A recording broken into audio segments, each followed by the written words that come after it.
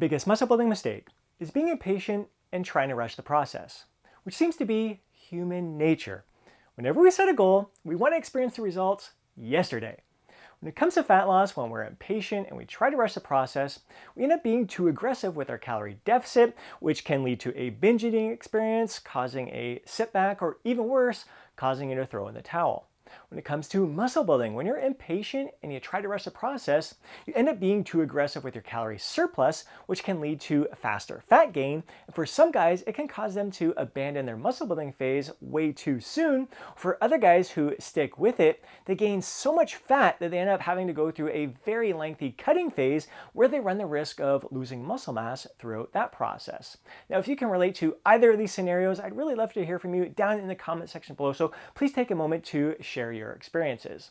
Now, if you found that the fat loss process was painfully slow, you're in for a big challenge when it comes to the muscle building process because it is much slower. To give you a visual here, here's a graph from one of my coaching clients who followed the optimal rate of weight loss per week when it comes to preserving your muscle mass during a cutting phase, which is between 0.5 and 1% of your total body weight per week. And after he achieved his fat loss goal, he's been going through a muscle building phase where he's been going with the most aggressive recommended approach, which is gaining 1.5% of your total body weight per month for beginners, 1% of your total body weight per month for intermediate lifters, and 0.5% of your total body weight per month for advanced lifters. So looking at this graph, you can see that when you're taking the optimal approaches here, there's a huge difference between fat loss and muscle building. You can see just how much slower the muscle building process is. So let's take a look at a recent study here, because a lot of guys are under the assumption that you need a much larger calorie surplus to build muscle than you actually do. So this study just came out that had three different groups. Group 1 ate at maintenance level calories, Group 2 ate in a 5% calorie surplus, and Group 3 ate in a 15% calorie surplus. Basically, between all three groups, there was really no difference in muscle gains or strength gains. There was a slight trend towards the 5% calorie surplus being better than the rest, but again, it was so small. Now, you guys know me, as much as I love research, I love geeking out on all this stuff, I take it with a grain of salt. There's just so many limitations to these studies. For this one in particular, it was only 8 weeks long.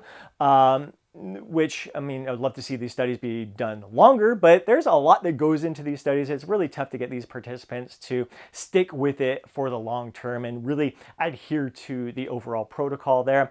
And the study only had 17 subjects. I think they started with 21, but 4 dropped out of the study, or they just weren't following the protocol to a T there. Mind you, this was during COVID time, so made it a little bit more challenging on them, but still, overall, it was a well-designed study with great insights, and it correlates well with the previous studies. There's some studies I shared, for example, in the past where they looked at trained elite athletes, young elite athletes, and found that a 500 calorie surplus was too much for them. Not only did they not gain any more muscle compared to the group that ate in a gentle calorie surplus, but their performance diminished. So when you look at this recent study, compare it to previous studies, and compare it to anecdotal evidence, I know for myself personally, after I lost 50 pounds of fat 12 years ago, I went through my first muscle building phase, a lengthy muscle building phase, I think of 6 to 7 months, where I gained 30 pounds and then had to go through a cutting phase. Found that I only gained a little bit of muscle there. And I just found that I felt really uncomfortable. My performance, especially in athletics like hockey, I was much slower when I gained that 30 pounds of weight during that muscle building phase, and really only gained hardly any muscle through that process. So the next 4 muscle building phases, which again lasted about 7 months, I only gained 20 pounds, and I still found like I was feeling sluggish. I was feeling uncomfortable. It just wasn't serving me best, and really no difference from gaining 20 pounds compared to 30 pounds when it came to building muscle. For the past 6 years, I've kept it within 10 pounds, and again, there's been no difference in muscle gains, but at least I am feeling my best, performing my best, looking my best throughout the entire year. And it's really allowed me to be in a gentle calorie surplus for most of the year and spend very little time cutting. I basically spend 11 months out of the year in muscle building mode and maybe a month in a cutting phase. And I just find like in the past 6-7 years, if I gain any more, like 7 to 8 pounds is my sweet spot. If I gain upwards of 10 pounds, that's when I start noticing that my performance in sports starts to diminish. Now, mind you, that's my first muscle building phase. When I gained the 30 pounds, I was 36 years young. And then up to 40 when I was going through the other muscle building phase, has now been in my 40s. So I've been training for 35 plus years, lots of experience under my belt, 48 years young. So muscle gains, I'm damn near my genetic muscular potential. So gaining excessive amounts of fat just doesn't serve me well at this point. But when I look at the younger bros who I follow on YouTube here in their early 20s, mid 20s, it's the same scenario. They've been training for close to 10 years for some of them. And seeing them gain 40, 50 pounds during a bulking phase, and then they cut down and they're still only gaining like 2, maybe 3 pounds of muscle throughout the process, which is in correlation with what the evidence suggests. After 4 years of lifting experience under your belt, you can expect to gain 2 to 3 pounds of muscle in a year, and it's going to continue to get less and less and less the longer you've been training. So is it worth it to gain 40, 50 pounds of weight during a muscle building phase, to have to go through a lengthy cutting phase only to gain 2 to 3 pounds of muscle? In my opinion, just my opinion, I would say no. But that's because I'm watching them through their cutting phases, and you see them towards the end, they just feel like crap. And after the cutting phase is over, they end up gaining, some of them, a lot of that weight back immediately. So it makes it very difficult for them to take a smart approach to muscle building. They just try to get their weight up as fast as possible because it just wasn't such an enjoyable process. So the good thing is I'm seeing them learning from their experiences and realizing, okay, it's not worth it, which has been what happened with me as well. It's just, I think the best thing we can do is try these different approaches. If you want to be a little bit more aggressive, go for it, see how you respond to that, and then be less aggressive and see how you respond to that. And then you realize, if you realize, you know what, I don't really need to gain much weight through this process in order to experience the same muscle gains, why not stay in my sweet spot where I feel my best, I perform my best, I look my best.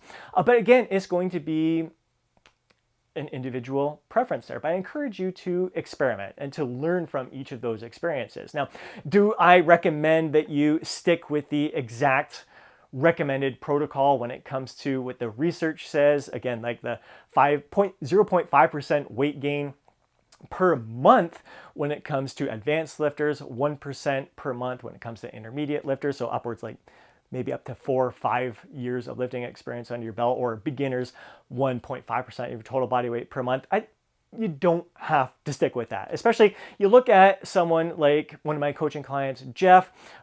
He's in his early 40s, I think 42 years young, lots of lifting experience under his belt there, and weighing in around 170 pounds. So if he went with what the research says, which is gaining 0.5% of his total body weight per month, you're looking at like less than a pound per month, like 0.85 pounds per month, which is really tough to measure progress. You're certainly not going to be able to measure that kind of progress on a weekly basis, and it's still tough on a monthly basis to see that progress. Basically, you have to go months at a time and kind of just make sure that your weight is trending upwards. And so Jeff found that to be really difficult to know for sure if he was in a calorie surplus or not. He really wants to make sure he's in a calorie surplus to give himself the best chance of gaining muscle through his muscle building phases there.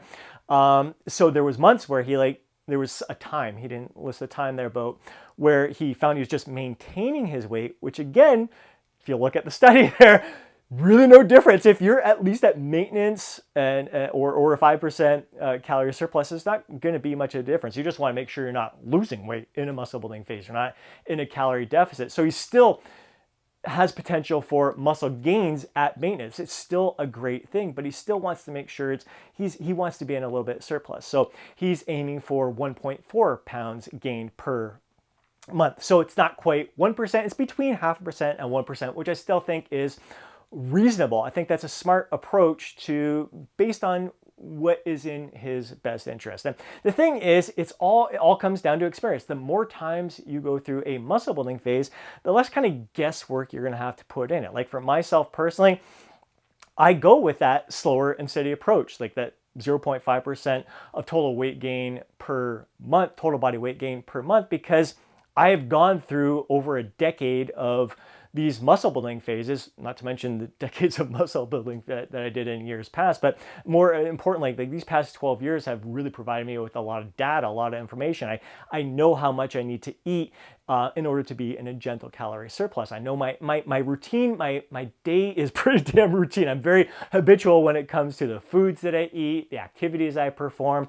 So I know when I'm eating a certain way, I just have to stick with the process. I know that although this week I can't really tell if I've gained much weight, I got to trust the process. And at the end of the month, I still make, all right, I'm up a little more than half a pound, I think. So I'm on the right track here in regards to my progress here. It's still tough to tell. Let's see what happens this upcoming month. So I just know that because I have this past experience there, because I am so routine and structured with my lifestyle, it's very easy for me to trust the process. So if you're new to it, you're going to have to kind of play around a little bit, but don't make any kind of major adjustments there. So just know yourself. And if you are someone, again, like, so gaining 1.4 pounds per week for Jeff may be a little bit more than what's recommended, but it's still not going to lead to rapid weight gain. It's still going to be able to stay in a muscle building phase for a pretty lengthy time, 6, maybe even 7 months, and really only gain 10 pounds during that process and be able to really cut that fat pretty darn quickly, not have to spend much time in a fat loss phase. That really should be your goal, to try to spend as much of your year in muscle building mode, or at least you're having your body in an environment that is conducive to muscle gain. So whether it's maintenance or a gentle calorie surplus, and spending little time in a calorie deficit. The least amount of time you can spend in a calorie deficit, I just think the best you're going to feel overall, performing your best. You're always providing your body with an adequate amount of fuel to feel your best, perform your best, and all of that good stuff there. But again, if you want to be a little bit more aggressive with that, because you really want to make sure that you're giving your body that best chance to build muscle, just know that you're going to be gaining more fat through that process, and it's going to lead to a little bit more time spent cutting. But if that feels right to you, there's no right or wrong. Again, like I said, experiment with the different approaches, go with what you find suits you best. So if you do find that being a little bit more aggressive does just cause nothing but more fat gain, you pay attention to what your lifestyle was like there during that time, what your structure was like, and just modify it slightly in order to gain at a little bit slower rate this next go around. See how you feel in that regard. So experiment, see what feels best for you. That truly is the best approach here. But just don't make that mistake of being so impatient that you are gaining 30, 40, 50 pounds in like a 6-month muscle building period, because that's just way too much. It's just the ratio of fat gain to muscle gain is just not worth it, especially for us natural lifters here. So gain some fat during the process. You can expect to gain some fat during the process, but not so much fat that it's basically unnecessary excess fat. So know yourself. I would love to hear what your experiences are, how you feel through this process. So please take a moment to share them down in the comment section below. I'd really appreciate it. If you enjoyed today's video, please do me a huge favor and smash that thumbs up button. I'd really appreciate it. If you want to see more videos like this, be sure to subscribe to the channel and hit that alert button so you're notified each time I upload a video. Let me know if there's any topics you'd like me to cover in future videos. If you know a fellow bro who would benefit from watching today's video, please do me a favor and share it with them. And before you go, don't forget to download your free guide, Lose Fat, Get Jacked. Have yourself an amazing day. I'll catch you in the next video.